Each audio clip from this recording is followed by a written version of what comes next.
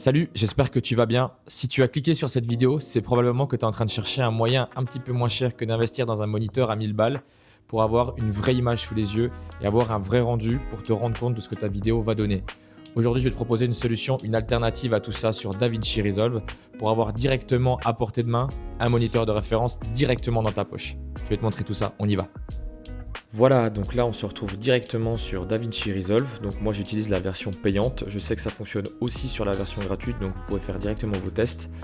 La première des choses à faire qui est hyper importante, c'est de savoir qu'il faut télécharger une application qui s'appelle DaVinci Monitor.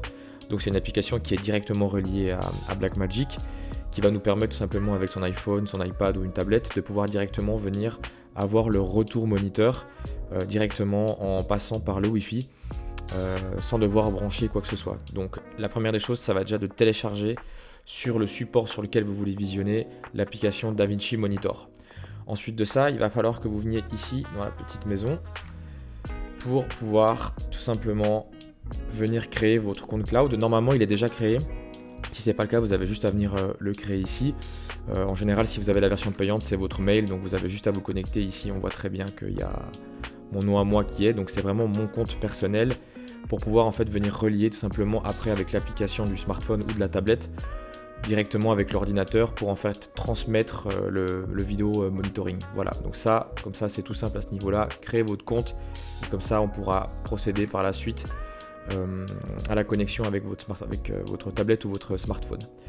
Donc deuxième étape à faire, une fois que vous avez fait ça, c'est de venir directement ici dans l'espace de travail et vous allez aller dans monitoring à distance. Lorsque vous allez ouvrir le monitoring à distance, vous allez avoir une petite fenêtre ici qui s'ouvre et qui va vous demander en gros en quel codec vidéo vous voulez transmettre la vidéo, avec quel débit, etc. Je crois que de base il est réglé ici, mais moi je vous conseille de le mettre directement au maximum.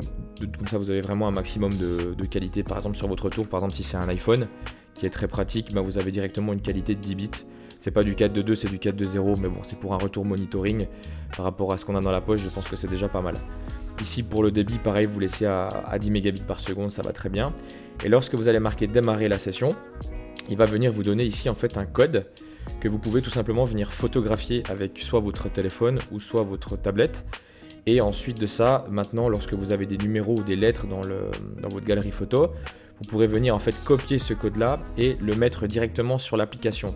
Donc la fameuse application DaVinci Monitoring vous demandera de vous connecter depuis votre téléphone et ensuite elle vous demandera ce code. Vous avez juste à faire copier-coller, ça vous mettra ici en attente et comme ça vous aurez tout simplement à venir vous connecter avec le code qu'on vous a donné et vous aurez l'image qui apparaîtra tout seul. Donc voilà, ça c'est la base. J'ai pas pu vous montrer malheureusement directement comment ça marche avec le téléphone. J'ai pu vous l'expliquer mais tout simplement parce que j'ai aussi le téléphone qui est en train d'enregistrer là. Donc voilà, vous avez juste à venir télécharger DaVinci Monitor, vous rentrez ce code là. Et quand vous avez rentré le code, vous aurez ici une attente, vous devrez valider sur l'ordinateur et ensuite l'image apparaîtra tout seul sur votre support de diffusion ou de monitoring. Donc voilà, on arrive à la fin de ce petit tips, de cette petite vidéo d'explication. J'espère vraiment que ça vous a plu et surtout que ça vous servira. On sait qu'aujourd'hui, il y a des nouvelles technologies qui arrivent, mais c'est souvent de plus en plus cher. Donc je pense qu'avec des petites astuces comme celle-ci, on arrive quand même à faire des choses assez chouettes et d'avoir directement un rendu de ce que va donner notre vidéo sur un téléphone ou sur une tablette, parce que c'est souvent le problème qu'on a, c'est souvent par la suite qu'on se rend compte que la vidéo ne ressemble pas du tout à ce qu'on a voulu faire sur DaVinci lors de notre montage ou lors de notre étalonnage. Donc je pense que c'est très pratique, surtout qu'aujourd'hui typiquement les iPhones comme moi j'ai par exemple sont très pratiques parce qu'ils permettent aussi d'afficher du HDR étant donné qu'on va être amené à en faire de plus en plus. Donc je pense que c'est quelque chose de très pratique qui nous aide vraiment au quotidien et qui nous permet de ne pas devoir dépenser trop d'argent dans un moniteur ou comme ça, qui nous sert juste au final à visualiser quelque chose dont on n'aura pas forcément trop besoin en permanence. C'est clair qu'en tant qu'étalonneur ou en tant que monteur, c'est quelque chose qui est très important, mais il y a des gens qui font juste un petit peu de montage et qui ont juste besoin d'avoir un truc sous la main rapidement pour voir son image finale, à quoi elle va ressembler.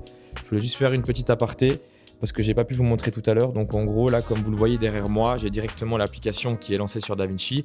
Et en fait, là, donc du coup, j'ai directement mon monitoring qui est directement sur mon téléphone. Donc c'est pratique, on a juste à mettre une petite fourre avec un petit pied à l'arrière du téléphone pour avoir directement accès à ce que notre image va donner sur un téléphone. Donc c'est vraiment quelque chose de très pratique, surtout que ça fonctionne en Wi-Fi. Comme j'ai dit, il n'y a aucun câble qui traîne. Donc voilà. J'espère vraiment que cette petite vidéo vous aura plu. Je vais essayer de faire ça un peu plus régulièrement, vous donner des petits tips comme ça pour des gens qui veulent faire de la vidéo par plaisir ou pour des professionnels. Je vais essayer de vous faire ça un peu plus régulièrement parce que je pense que c'est important d'avoir des petits tips qui nous servent au quotidien dans nos vidéos. Voilà, je vous dis à tout bientôt et puis d'ici là, portez-vous bien. Ciao!